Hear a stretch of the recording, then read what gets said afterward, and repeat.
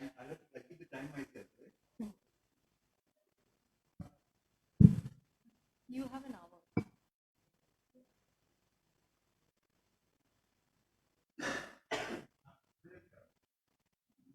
So welcome everybody to Health for Inclusive Growth. Day one is focusing on Economic Summit Health for Development.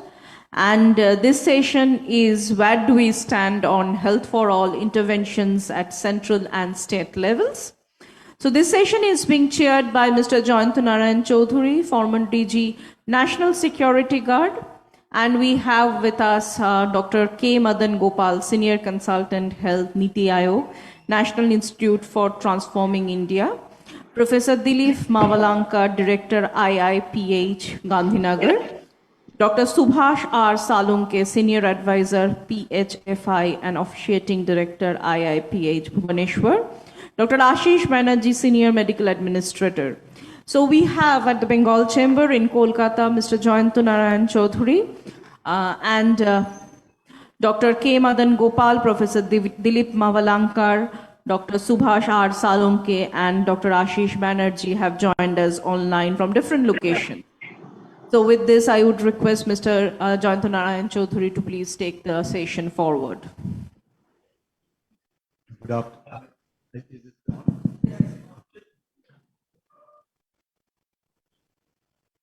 I think it's on. Only Dr. Ashish Banerjee needs to switch his video on. Ashish, could you please come on video? All the other three speakers are on video.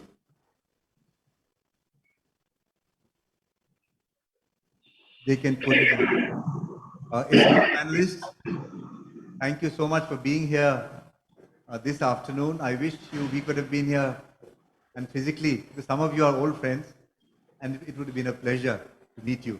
And of course, Dr. Madan would have been a new friend if it was possible to meet him here. Hopefully, I listened a bit to the earlier speakers, and most of them confirmed the linkage between a healthy population and economic productivity. But being from the security side, I can say that a healthy population is also linked to national security capabilities, which is why this webinar is so appropriate, partnered by the Bengal Chamber of Commerce and Industry and Seners K on the theme Health for All. And this platform is to provide an interface with national health experts like yourselves. Now, the global COVID experience has shown that even when faced with a catastrophic pandemic, well-organized health systems can limit the loss of life and mitigate the economic impact. Also, that clinical facilities are certainly important, but a robust health system needs disciplines like researchers and public health experts like epidemiologists and health economists. Also, active engagement of community leaders. In fact, transforming health systems is not just an all of government effort, but a whole of nation commitment. The previous speakers talked about indices, health indices, and of course, India still ranks low in global health indices. But at least in my perception, the achievements have been impressive. Per capita disease burden has dropped by about 1/3 in the past 30 years. There has been a shift in the major cause of mortality in non-communicable diseases, though in some states the incidence of TB and vector-borne diseases continues to be high. So the first question is, what more needs to be done to meet SDG goals by 2030? Can comprehensive mapping of disease burden down to district level make health planning more precise in allocating resources? The framework outlined for this session includes nutrition and sanitation. Almost 30% of under 5 children still suffer from malnutrition. Anemia in women continues to be a concern. Now, we've had the midday meal scheme for decades now, and now subsequent National Food Security Act that aims to provide nutritional security. There has been sustained investment in rural sanitation programs, now Swachh Bharat, to eliminate open defecation. The second question is, where these risk factors continue to be high, what interventions can influence behavioral changes to ensure improved nutrition, clean water, and safe sanitation? Now, being from the public safety, that was my career for almost 40 years. Road fatalities are of concern to me. As we all know, the rate of road fatalities is high, and it is on an upward trend. There is a national road safety policy that includes road infrastructure issues, improved enforcement. But there are capacity building programs for trauma care facilities on national highways. For this panel, the relevant question is, what more can be done to provide timely and effective trauma care? At a time when non-communicable diseases are a major cause for disease, lifestyles are an important determinant of health. The next question is, what are evidence-based innovations that have effectively addressed preventive aspects at affordable costs? The success of disease control programs depends on the strength of public health systems. The National Rural Health Mission is aimed to strengthen health systems and improve human resources, logistics, and infrastructure in rural India.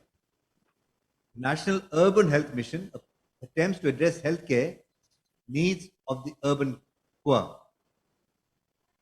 What is needed for these flagship programs to have a wider impact in areas facing the greatest health challenges? Now, total health expenditure in India is just over 4% of gross domestic product. Overall government expenditure on health is about 1% of GDP. Global experience affirms the need to increase public health expenditure to achieve national health goals. The public sector accounts for about 30% of total health expenditure. Of this, roughly 2/3 is from the state budget. After all, health is a state subject, and 1/3 from the central budget. Local bodies like the Panchayat Raj institutions and urban local bodies are marginal players in health governance. How can communities through local bodies, whether PRIs or ULBs, be more engaged in preventive care? Public sector healthcare comprises a wide network of primary, secondary, and tertiary healthcare facilities. Significant proportion of both rural and urban population opt for private healthcare despite much higher costs. Health expenditure as a proportion of total household consumption expenditure shows an increasing trend and is triggering greater impoverishment. Several private hospitals interface with the public sector through empanelment for state-sponsored health programs like CGHS and now PM Jan Arogya Yojana. Health services such as diagnostics, pharmaceuticals, and medical education are also being increasingly driven by the private sector.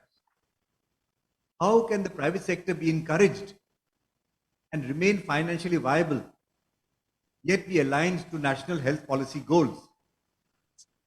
What is being done to ensure quality standards and rationality of healthcare interventions provided by the private medical sector? We have a distinguished panel today who will address these other issues that they consider important and are related to the theme for this session, which is, where do we stand on health for all, interventions at central and state levels? Their impressive profiles have already been circulated. Each panelist will speak for 10 to 12 minutes. I will signal an alert after 10 minutes. Participants who are online can share questions on this online streaming. There are either the chat boxes or the questions. Without any further ado, I request Dr. K. Madan Gopal, Senior Consultant Health, Niti Aayog, to share his thoughts. Dr. K. Madan Gopal, sir. Okay, thank you, Chaudhary ji, and distinguished panelists and the participants. I think I'm audible to everybody. You have raised very pertinent questions, but where we stand, I will first start with where we stand vis-a-vis health for all. So we should appreciate that India started its healthcare journey with the Board Committee reports. A part of things were agreed and part are still to be considered. But it took around 40-50 years after the formation of World Health Organization to arrive at a consensus for health definition. So in 1978, the Alma-Ata Declaration happened, and after the Alma-Ata Declaration, that means we should be achieving health for all by 2000 through an approach. A primary healthcare approach was agreed by all the countries, and you have seen how the primary healthcare approach has been implemented. There are 8 major elements of the primary healthcare, which are more or less into the system. But if you look at the progress made in the health for all, though we have not achieved, but the process and the strategy which we have adopted, the primary healthcare approach, it has yielded and shown that how things can work. Then came the Millennium Development Goals. For achieving the Millennium Development Goals, apart from complementing the primary healthcare approach, we had the National Health Policy 2002. Then Millennium Development Goals also, we made some progress, and you might have seen certain flagship programs from the government, the National Rural Health Mission and the other missions, which have taken us towards in the direction of achieving these goals. Nevertheless, after achieving success with this comprehensive primary healthcare approach and the policy direction given there, when there was an agreement to have the goalpost set to a higher benchmark, that is the SDG 2030.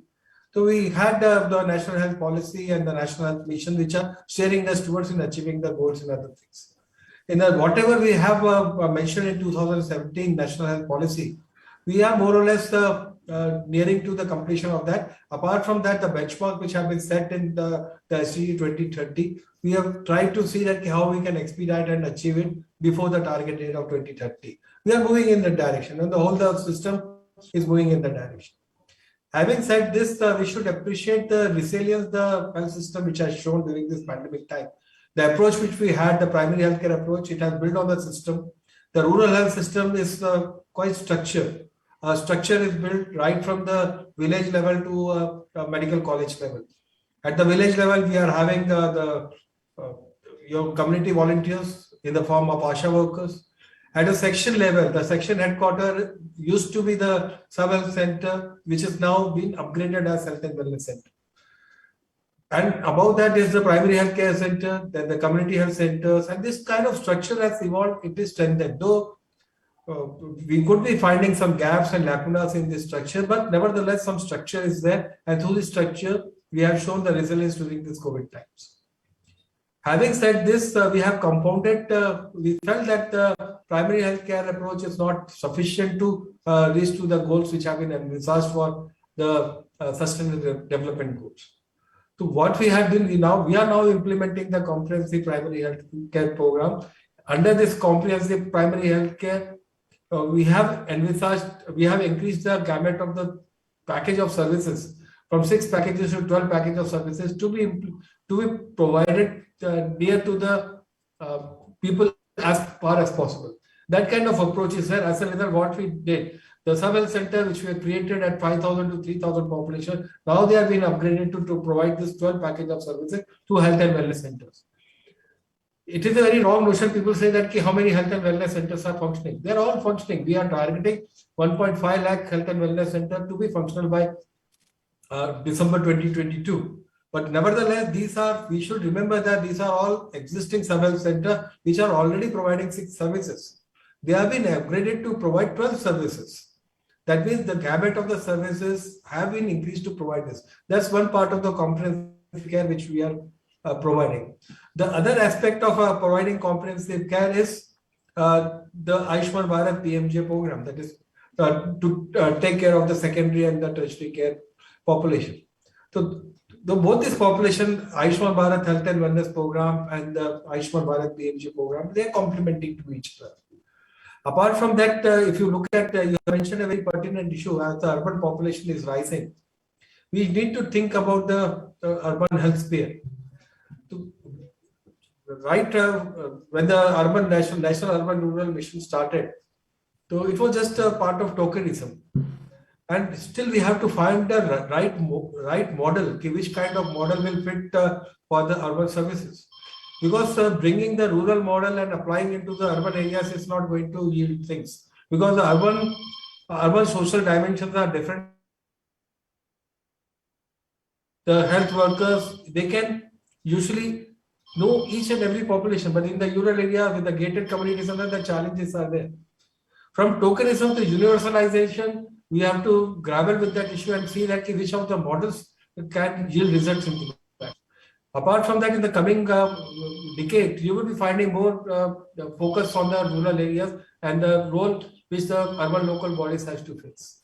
So we have to move from the health system, because health is not only the domain of the health department. It consists of other departments also. In the urban areas, you have to see that how the urban local bodies becomes a nodal agency for implementation of the health aspect, and see that how they take it forward from there. There are other things also which are there. You have talked about the SDGs. Now we have to see that if you look at two of the things which Niti Aayog is doing, one is to create an atmosphere of competitive federalism. After the consensus which was built in 2017 for having an index which can measure the changes which are happening. It's not the overall performance. It's the incremental, how the states are making efforts in achieving some targets in health, education, the agriculture and other sectors. For that, what we are doing is we are bringing out a state health index, which gives a sense of competition between the states. And this index is now linked to the NRA, devolution of innovation funds. It influences the devolution of that kind of funds. Another important thing which is happening at Niti Aayog is that means if we want to make dent into the sustainable development, we should identify places which are not performing. Previously, we used to call them as priority districts or the backward district. Now, the district is not performing, but they can aspire to be sitting with the normal districts. So we are calling them as aspirational district. The district aspire to be normal district. So we are having that program with the notion that if we are able to bring changes in this district, we are able to achieve our SDG goals. So now we are trying to see that we have reached up to the district level. Now we have to take this program to the block level and see what changes can happen. Because till now we haven't taking the district as a unit. Now we have to go beyond that. We have to look at the block as a unit and see that how the things move, how the changes happens in this block level. I will stop here, and I would be willing to take more questions if it is required. Thank you very much for this approach. Thank you very much. Thank you. Thank you, Dr. K. Madan Gopal, for that excellent presentation. You told us about the Niti Aayog initiatives and your ideas on how the NUHM needs to be tweaked. Our next speaker is Professor Dilip Mavlankar, Director, Indian Institute of Public Health, Gandhinagar. Over to you, Professor Mavlankar. Thank you very much. I hope you are all able to hear my voice. We can, sir. We can. Yes, sir. Can I share my screen? Please do, sir. Yes. Are you able to see my screen? Yes. Yes, we can. Yeah, I'll just put it on full screen so you will see better. So first of all, let me gratefully thank Bengal Chamber of Commerce and Industry for inviting me and keeping such an important topic for a national level conference. Also, thank you for Jayantoji for giving us some directions in which we should move. So I'll talk about the questions he had posed before us. So first, I thought let us start with COVID, which is fresh in everybody's mind. What are the lessons we learned from COVID? So first lesson is we can do it, and we did it. Of course, we are still doing it, and we are waiting for Omicron to strike us and see how badly it strikes and how well prepared we are. But if you look at the first wave and the second wave, we managed it with great effort and all of government, massive national mobilization, starting with lockdown, then preparations of the hospitals, then temporary hospitals and vaccination and all of that. I'll not go into detail, but most of us sort of survived. Of course, very unfortunate that a lot of people died, but we compare ourselves with other countries, we did fairly well with the limited resources which we had. The second major lesson is we had forgotten about pandemics because the last pandemic came 100 years ago and we had forgotten. And we must keep in mind that pandemics will come, viruses will mutate, and we must prepare ourselves. As we prepare ourselves to protect our borders and within our country with people like Jayantoji managing the internal security, we must have the health security at top of our mind. Fortunately, we have been the pharmaceutical capital and vaccine capital, and that we must now capitalize and even move forward with newer vaccines. And we became the vaccine storage of the world, and we will still for next 2-3 years, we may have to provide that from our country, which with lot of effort by private companies, private entrepreneurs and government working together, agencies like ICMR, we move forward. Our demand for health for all, which we had forgotten for some time, became stronger after the COVID experience. A lot of people lost a lot of money and life, and we now feel very strongly that universal health coverage is a very essential part of any modern country if we want to go in that direction. So next, if we look at where we are about the non-communicable diseases, infectious diseases, occupational and mental health, we are good at policy making, but unfortunately our implementation has gaps. Of course, we have achieved a lot, but we are still at 1.3% of GDP, public money going to health, even though in the policy we had promised several years ago to make it to 3% of GDP. And that is where our public sector capacities are limited and our hospitals and health centers are congested. For a long time, we didn't had much political push for health, but recently with National Health Mission, Ayushman Bharat, PMJY, AIIMS-like institution, there are several new initiatives which you must have seen where government of India as well as state governments are putting money to improve health services. We must also understand that India is a federation of states. We are like 3 times the size or 4 times the size of Europe. So we can't be governed centrally. We have to develop decentralized capacities. Many of our states are bigger than many countries or continents even. So we have to have policy level expertise in institutions, in individuals and within government at state level. And that is one of the lacunae which we have. Fourth, we must improve our statistical capacities. You must have heard about all the controversy about how many cases, how many deaths, how many hospitalizations because of COVID. Now, this is a very basics of public health that we learn to count how many people ill, how many people hospitalized, how many people died. And we have to have our local evidence because India is very diverse. East is different than West and South is different than North and central part is also very different. So local health statistics must guide the policies. The public sector and primary care is still oriented to old infectious diseases. We haven't focused enough on the non-communicable disease epidemic, and if I may call pandemic, which is raging throughout the world with diabetes, hypertension, cancer, and other diseases, which needs much more attention of the public sector. Of course, we have started thinking about it recently.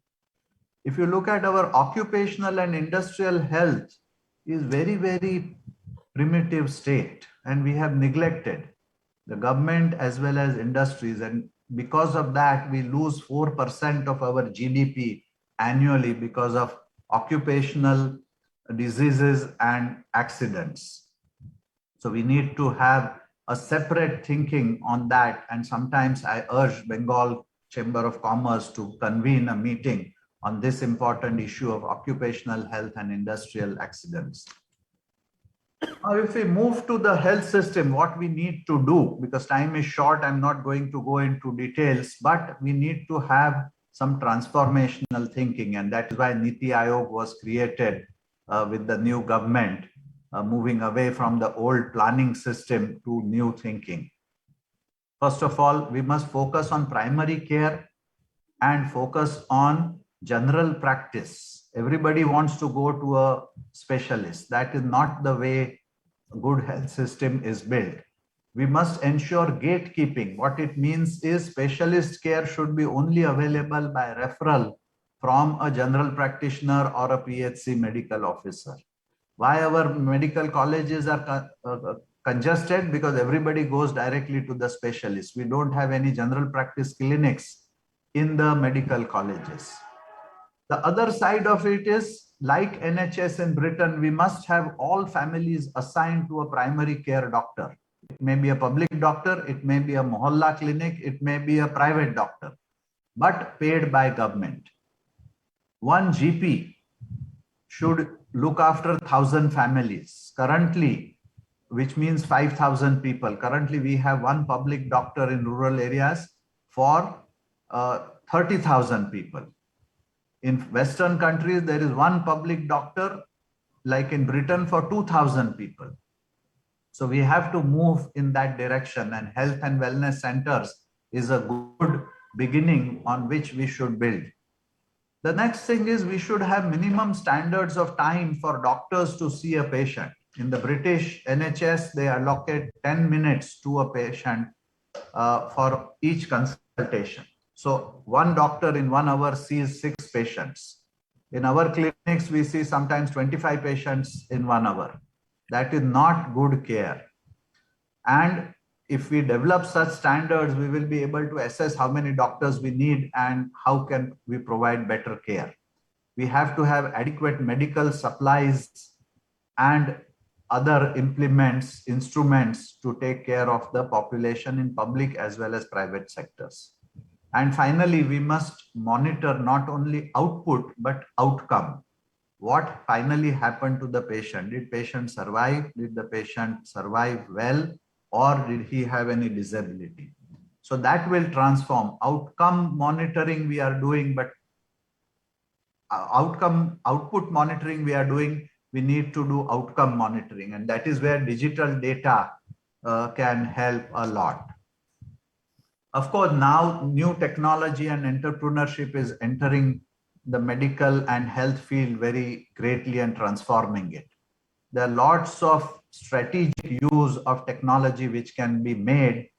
Unfortunately, our health departments are not structured to absorb the right kind of technology. They don't have chief technology officers. They don't use health technology assessment units, which have been now created by ICMR in many places in India. We are still adopting, and COVID in some sense was a boon in disguise, that telemedicine became very popular. Now National Digital Health Mission has come, and there are a lot of social and commercial businesses and enterprises and startups which are transforming using technology how healthcare, diagnostics, and other public health services could be offered. So we have to keep an eye and adopt the technology using a strategic approach. Towards the end, I want to highlight that healthcare is basically a human resource intensive industry, and human resource capacities are very, very critical. The quality and numbers of human resources, and world over, there is shortage of health human resources, doctors, nurses, technicians. Every country almost has shortages. And we have opened now new medical colleges, and within few years, we will get lot of more supply of health professionals, but we must also focus not only on doctors, but also paraprofessionals and see how do we create adequate permanent positions for health staff, because under NHM and earlier thinking and even now neo economic liberalized thinking, we start thinking and creating temporary positions. People are happy in temporary positions for some time. But if you see the number of strikes and dissatisfaction among doctors and nurses during the COVID pandemic also, it is an eye-opener that why are our doctors and nurses so unhappy to work in the government setups.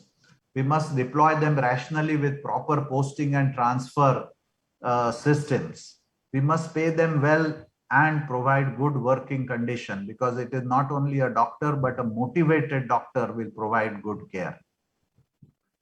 Government cannot do it all, and in all countries, including Britain, public-private partnership is the norm. All British GPs are private practitioners contracted by government, and they provide free care to the public. So we must develop, and we have mechanisms. Already Ayushman Bharat has several partnerships with different organizations. We will also need continuous capacity development, technical, organizational, and human capacity development. And finally, human resources must also have good performance assessment, performance improvement, and reward systems. We are very enamored by the kind of rewards and awards which the gallantry awards are given to the armed forces. We should think of similar Arogya Chakras for our health personnel who also sacrifice their life in the line of duty. Finally, quality assurance and better management of health systems is very important. Poor quality health may kill or may lead to even worse. And in Hippocratic oath, the first tenet is do no harm to the patient. But if we don't have good quality care, good technical quality, good service and human quality, people will suffer in the health system. We must assess and measure quality through its outcomes and processes. And data on quality must speak, not people's reputations or people's names. So quality and cost must also balance. We can't afford very high cost, high quality systems. We must have high quality, moderate cost systems. We have to build quality systems, and it shouldn't be person dependent. And we can learn a lot from Indian industry, which has transformed to a very high level of quality in many fields, and also from armed forces, which apply many systems which improve the quality and apply to the health system. And finally, quality must be rewarded by the insurance, government, and the third party payers, so that the providers are encouraged to provide high quality service at adequate cost. Finally, it is great to see the industry leadership in Bengal and Northeast taking up health as a great challenge and a topic of discussion, which is a great sign of hope for the health sector. A nation cannot develop without healthy people, and health is a nation building activity. We should see it as an infrastructure for a great nation, and we must develop our health systems to provide universal health coverage at an affordable cost. Health also depends on individual actions. We must not forget that only government actions are not enough. And I heard the session just before this on tobacco about the Northeast, alcohol, tobacco, drug, lack of exercises, bad habits of Sir, diet. may I request you to wind up? Yes, sir. Last slide. Modern causes of death are all amenable to people's action. Government cannot do exercise for you or improve your diet. Of course, policies do help to generate healthy lifestyles, but people must take responsibility for their own actions. We must prevent disease and not only focus on treating them.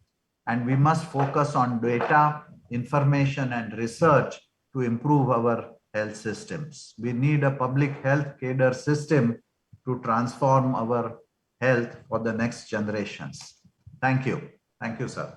Thank you very much, Professor Mavlankar. That was simply brilliant. In the breadth, not only the breadth, but even the depth of the issues that you raised. You went right from digital, from the need for more digital applications to human resources. It was really a wonderful presentation. Our next panelist is Dr. Subhash R. Salunke, who is currently Director, IIPH, Indian Institute of Public Health, Bhubaneswar, but who has been Director General Health Services, Maharashtra, for very many years, and also a very senior WHO consultant. Dr. Subhash Salunke, over to you.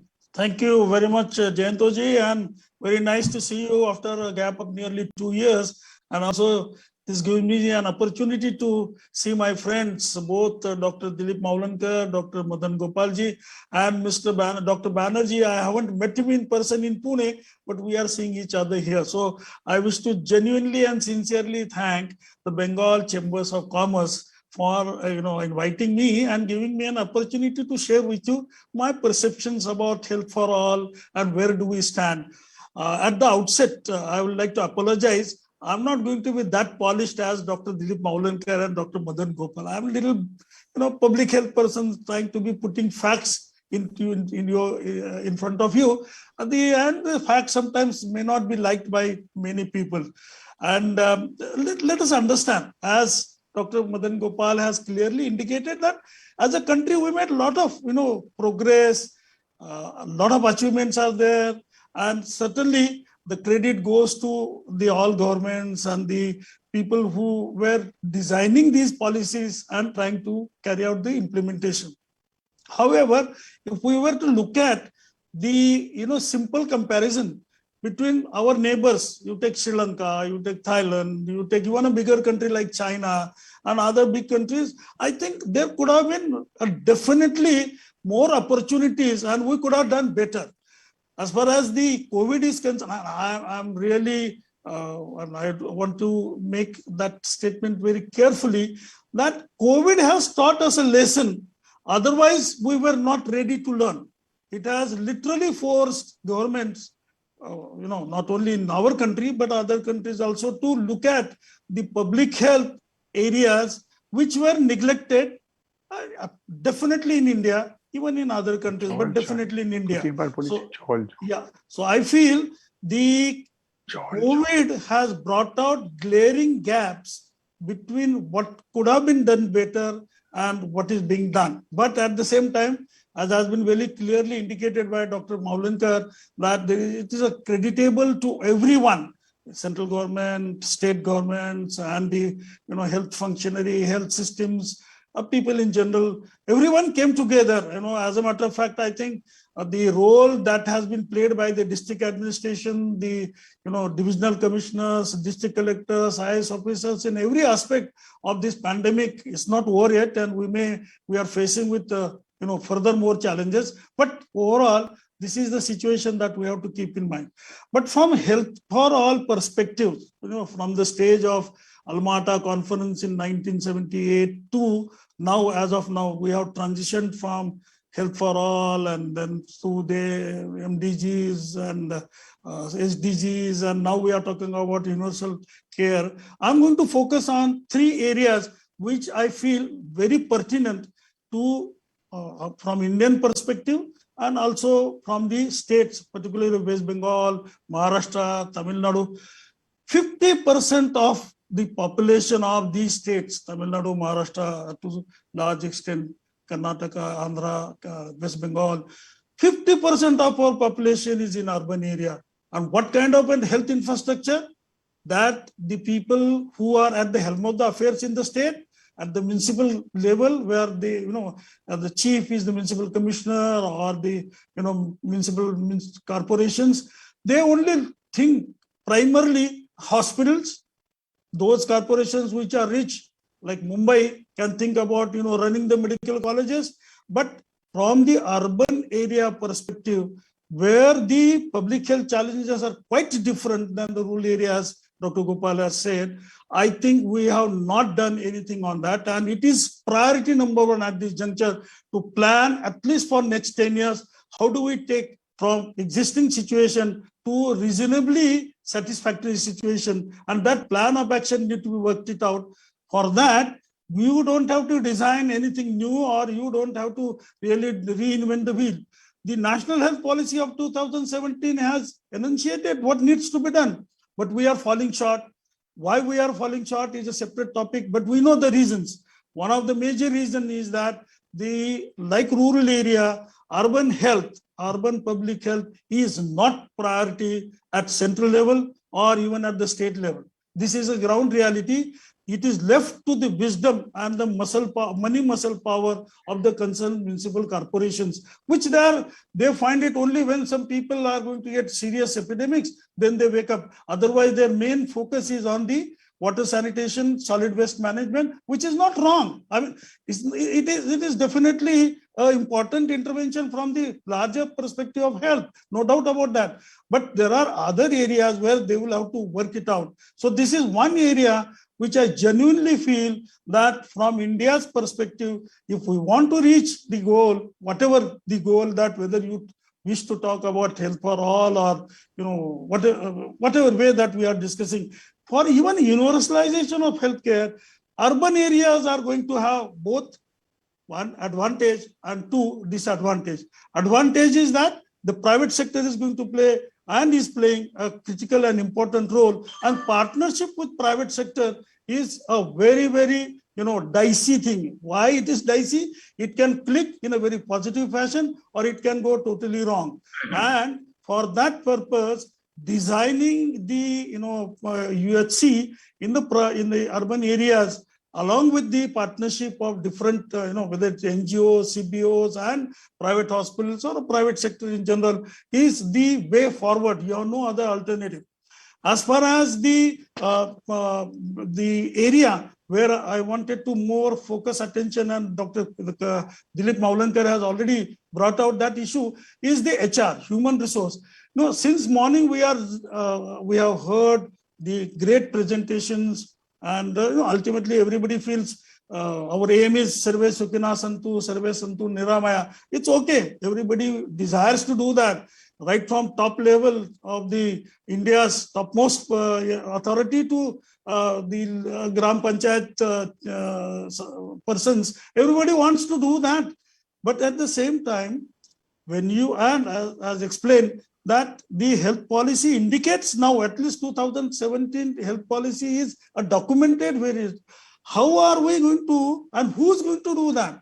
And from that perspective, today, if you look at the India scenario, we are awfully short of every kind of, whether it is doctors. On top of the doctors, there is a major problem, and that is the maldistribution. 2/3 doctors are in the urban area, 1/3 or hardly 1/3 in the rural area. Within urban areas, there are many.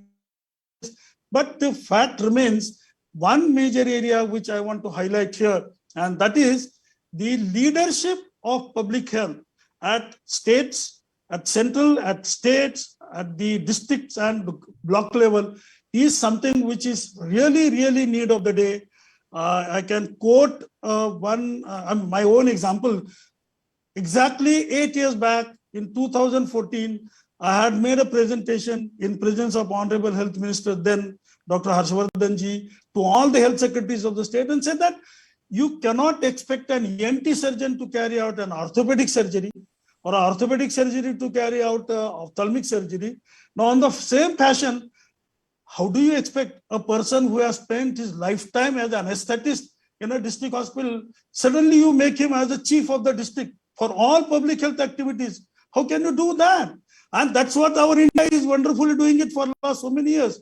And from that perspective, we are constantly trying our best to convince the states, and also certainly center and the states, that you must have a dedicated public health cadre to ensure that the people, because public health is a science which required to be implemented through the training. This is not that it can't be mastered, but you require appropriately trained personnel, and that should start from the block. I had made this statement many years back. I said that what you require is around 10,000 public health trained professional which will cover all the blocks of this country and all the states in the country, the things will change. Mr. Ghulam Nabi Azad, when he was a health minister, had said, sir, please start now. So at least 5 years afterwards, you will have 7,000-8,000 people in the entire country who will be public health trained, and they will do a great job, whether it is going to be surveillance, whether it is disease control program implementation. There are so many things. And everybody said, yes, Dr. Salunke, you are absolutely right. And till now, 2021 is going to be over. We are going to enter in 2022. Only one state, that is Odisha, has been able to achieve at least one step forward. And my appeal was to every state, including even West Bengal. West Bengal is one state which has everything there. Their basic infrastructure is excellent. They must only have to go ahead and create this particular cadre and ensure that the appropriately trained manpower from block to the state, which they have. They are one of the few states in the country which have public health trained manpower in fairly large number. But to restructure that, it is quite possible. And it's not only doctors, it is public health nurses, public health, and also let us bring that public health is a teamwork. You require public health engineers, you require the public health, even veterinary doctors. We see zoonotic diseases are going to pose, it is posing, these diseases are posing serious threat.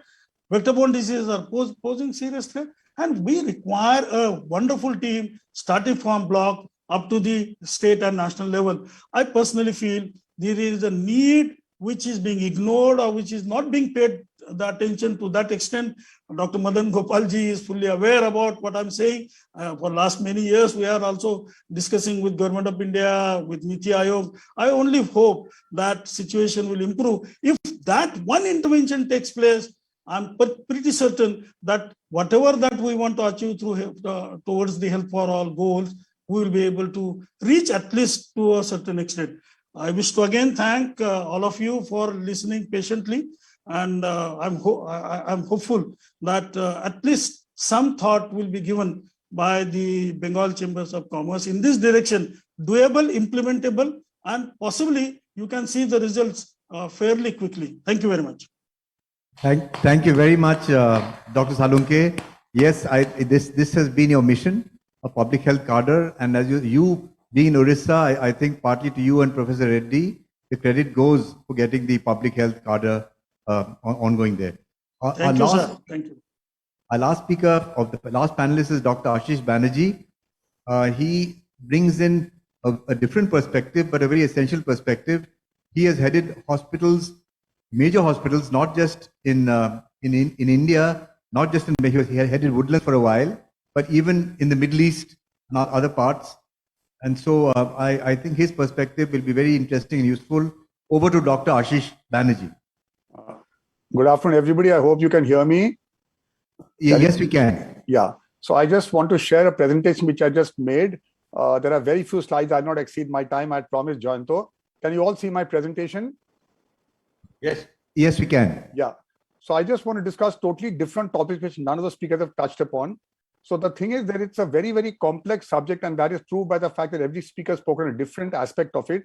As Jayanto said, he's my very old friend from school. My background in a few lines you already know.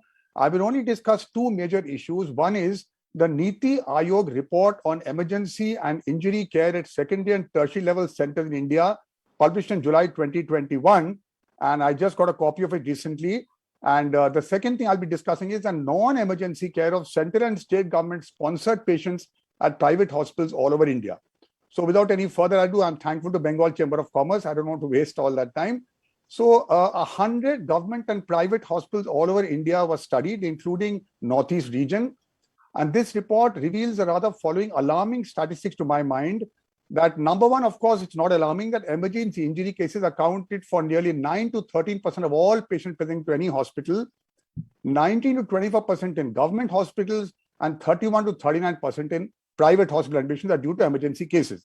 This is not only trauma, this is heart attack, stroke, trauma, snake bite infections, chest pain, abdomen pain, the works. Even though 91% of the hospitals studied had in-house ambulances, trained paramedical people needed to assist the ambulance were present only in 34% of the hospitals studied. Despite a high patient reporting to the emergency department, the number of beds available to the ED or the emergency department is only a pathetic 3 to 5% of total hospital beds, which means that in a hospital of say 1,000 beds, there'll be 30 to 50 beds only, which is a very small number, I can tell you from experience. The next important point is on an overall matrix of assessment, there were 9 different researchers. Private hospitals rank better than government hospitals, no surprise here. But the tragedy is that most of the hospitals lack the presence of non-specialist, specialist, and nursing staff dedicated for the ED, vis-a-vis the average footfall, even though the hospitals had, I repeat, had sufficient overall numbers of human resources which were required.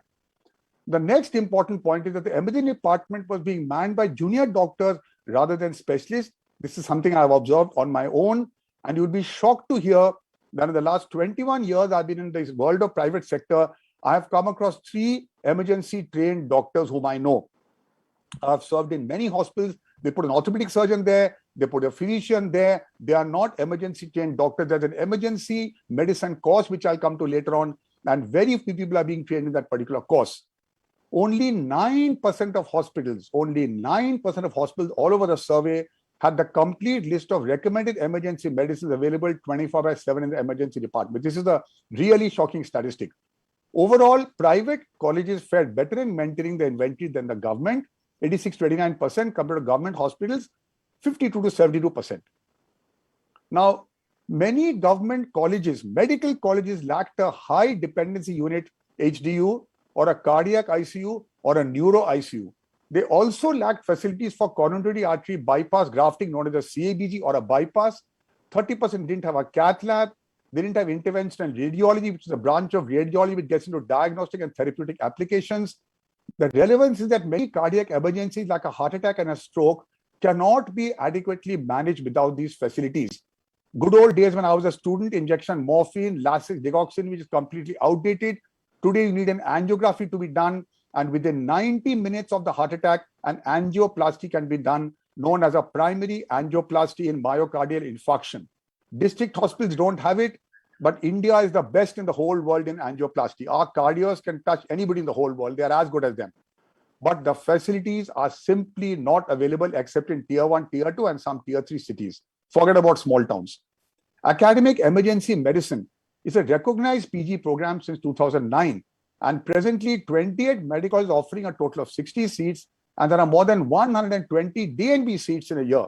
But this number is a very small number and pathetically inadequate to cater to the needs of even one state of India. Hence, my conclusions are: improve emergency care in India, both pre-hospital and in-hospital care. Studies have shown that when a patient is coming to a hospital, there is no communication between the pre-hospital provider and the hospital. People are dying of snake bites. 30,000 snake bite deaths occur in rural India. Women are dying due to postpartum hemorrhage because they don't have blood available. It is not diagnosed. I have visited primary health centers, with due respect to Dr. Mavlankar, Dr. Rajgopal, and Dr. Sarunke. They are pathetic. The bathrooms are full of fecal matter, stools. There is no safai wala. Deliveries just not worth mentioning. One doctor available who's got barely MBBS training.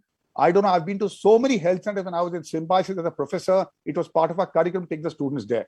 Naam ke vaste they exist. In reality, it's a very, very bad state of affairs. Very bad. None of the emergencies can be handled by them. Ambulances are not available. Driver may be off duty. Nurses may not be available. It's really, really shocking. They are filthy, filthy, filthy.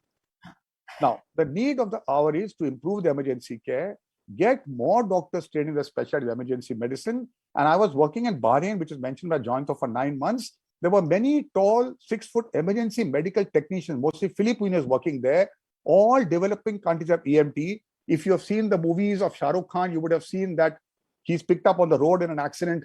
You know, Jab Tak Hai Jaan, twice he has an accident on the road. Within seconds, people pick him up. India, it will not happen. He will die on that road.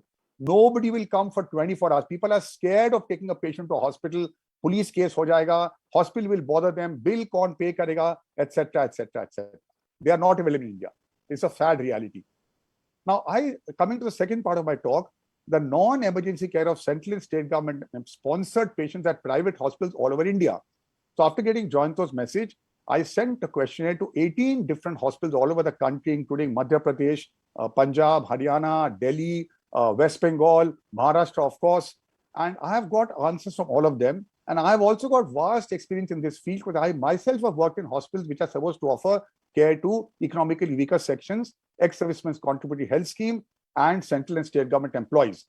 It is a sad fact of life that though I retired in 2000 as a wing commander, I did not get my ex-serviceman contributory health scheme card made till this year I applied.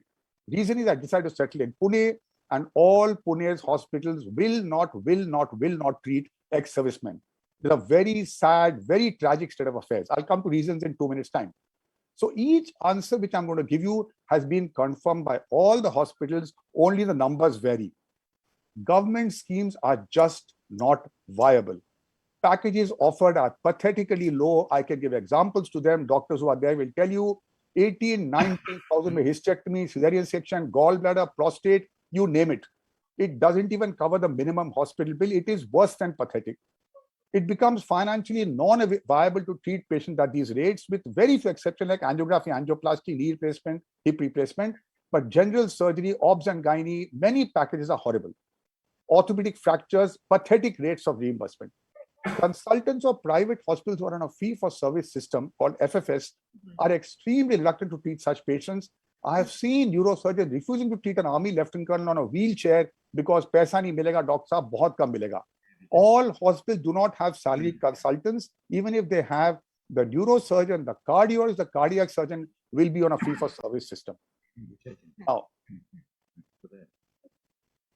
somebody mentioned to me, just a second, yes, that, specially trained billing assistants are required. And when I was heading Fortis Hospital, Mohali, we had to keep 22 billing assistants for ex-servicemen contributory health scheme patients. Payments are delayed for months together, and all hospitals have huge outstanding going to figures well over 20 crore rupees. Now, government do release the money, but there's a continuous rolling amount which can be 5 to 20 crores. So every month you're short of that much money. You have to pay your vendor, you have to pay your doctor, you're in a deficit financing. There has been no discussion between government agencies and private sector hospitals. Large groups like Apollo, Manipal, Woodlands, Calcutta, huge groups, Fortis hospitals, are extremely frustrated. Either they refuse outright or they say nobody discusses packages, we cannot treat these people.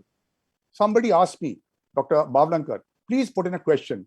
Have they spoken to local MLA or MP, and do they help in release of funds?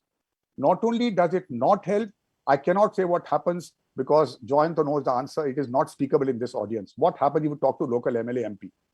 Hospitals have not been approached for public-private partnerships or any kind of collaboration which can be win-win for both the hospital and the government. So many things can be done. Mammographies can be asked for. Ultrasound screening can be done. Cancer detection camps can be done. And many of you may not be knowing that most major hospitals have got a large number of beds lying vacant. They are fighting with each other to occupy their beds. One hospital in Durgapur is treating 80% government patients due to sheer helplessness of not filling up the patient beds with private patients. They are running in tremendous losses, tremendous, because government patients don't pay the fees. I was in Aurangabad myself. We faced tremendous problems. Cardiologists cannot put the stent of their choice. Government says put bare metal stent. Bare metal stent is not suitable for every kind of coronary artery. Everything that you want to do is challenged. You cannot use a good branded antibiotic because it's not coming in the scheme. You have to use generic only. Sometimes good antibiotics are not generic medicines. I can go on and on, but I promise, Jayanto, I'll keep to my time. All I want to say is that, gentlemen, there's a huge crisis going on. The government cannot manage the whole country, and the government and private sector cooperation is very poor. Everybody is disgusted. Many hospitals are not treating a single government patient. Some hospitals in Pune treat only Pune Municipal Corporation patients, no other government patients. And the last thing I want to say is, forget my questionnaire. I am in front of you, an Air Force officer. It is terrible, terrible, terrible. For me not to have taken ECHS membership tells the whole truth to you. I have got my own insurance policy. I pay a whopping amount of money every year. I'm a 22.5-year-old service Air Force officer, a pensioner, because nobody in Pune will treat me. I've been to Delhi twice to meet the Director General of the ex-servicemen contributory health scheme, Major Generals. They said, Doctor Saab, मैं क्या करूं? पैसे हैं, मैं भेज नहीं सकता. Pipeline में अटका हुआ है. Thank you all very much. Thank you, Joyanto. Thank you, Bengal Chamber of Commerce. I hope I'm not saying to disturb anybody. I try to be diplomatic, but the topic is in my heart. So this is the thing. It's If this is your diplomacy, I don't know what will be more as far as blunt WhatsApp, is. मैं तो I और thought, I thought I thought I am the blunt person, but sir, you have Sir, given I'll tell you success. why, sir. But with permission of Jayantoji, but I can guarantee you, sir, there are umpteen examples, and we will discuss one-to-one basis Okay. where the private hospitals have played a wonderful role. The equation between the private hospital and the administration have turned out to be good. Pune's own example for COVID, I was advising the Deputy Chief Minister and also the Pune Municipal Commissioner and Divisional Commissioner. Wonderful work has been done, and I'll share it with you eventually. There are hospitals in Aurangabad, in Latur, where they are doing such a beautiful and wonderful work. Problems you have narrated are there. Nobody can say they are not there, that you are bringing out something new, something which are concocted one. No, there are problems, but there are also good examples of solutions. That I will speak to you separately. Sir, I We will meet not in go into Pune. detail. Just one sentence, sir. I headed Kamal Nayan Bajaj Hospital in Aurangabad. It is the best tertiary care hospital in Marathwada. But a I separate know. discussion on that, sir. Separate discussion on that. Yes, sure, Okay, sure. Joint, Thank I'm you. sorry if I exceeded the time. I tried my No, best. no, not at all. This, I think it made the exchange a little richer. Yes. We have actually run out of time, but madam, Not because of me. what Yeah. should I do? Maybe a couple of questions. Take a couple of questions. Okay. Some questions have come on the WhatsApp. Maybe two. Two questions. Yes. Chaudhary, before the questions are there, I just wanted to share two updates. Please go ahead. Banerjee ji has pointed out that report which we have released last week, I think 10 days back. But we are working on that because what we have seen is emergency care and trauma care, they are working in silos. There are many people, there are many areas they are working. They are trying to see that how we make and bring all the people together. So we have identified that work is in progress. I can share at this moment about that. Regarding the public health and management cadre, so we have gone a lot ahead. And in the coming days, you will hear something very good about the public health management cadre. And we are working on the institutional mechanism rather than on project basis. We have worked on the institutional mechanism and we will be listening more about that in the coming days. These are two updates from my side. Thank you, sir. Okay. Thank you, Madanji. Mr. Lahiri, sir, please go ahead. With your permission, Mr. Chairman, I'm going to ask a question.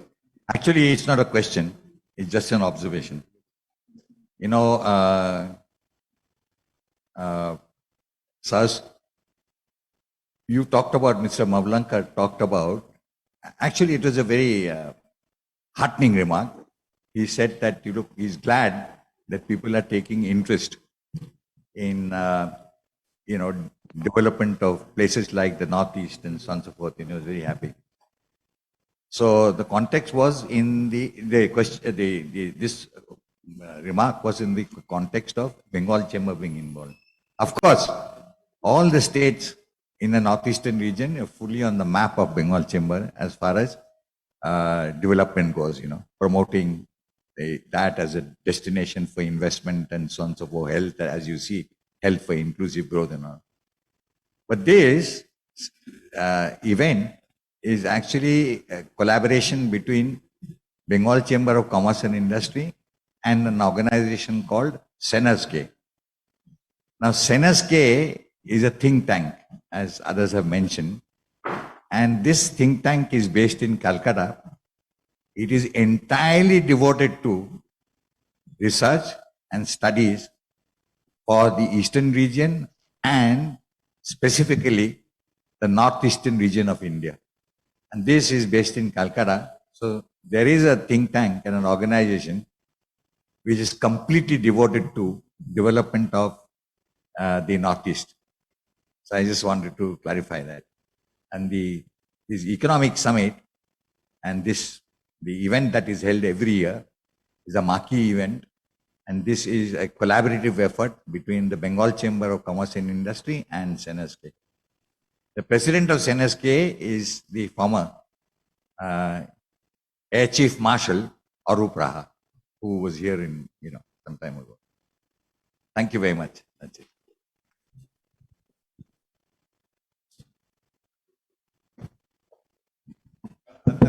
I must thank the panelists. I will not even try to summarize the wonderful observations, suggestions you made. We've run out of time. There are also many questions that have come there's no time for that. This, as Dr. Ashish Management, this is a private sector, Bengal Chambers of Commerce, they'll stick to time. So over to Ms. Angana Gohar Roy Chaudhary. Thank you, Mr. Chaudhary. So we would request Mr. Aniruddha Lahiri to please present a memento. Framed photograph to Mr. Jayanto Narayan Chaudhary, former DG National Security Guard, who chaired this session. And of course, to the panelists, we will send the framed photograph by soft copy. Our next session is role of corporates in healthcare. This session would be chaired by Dr. Robin Chakraborty, Senior Vice Chairman, Cardiology Services and Senior Consultant, Interventional Cardiologist, Medical Super Specialist.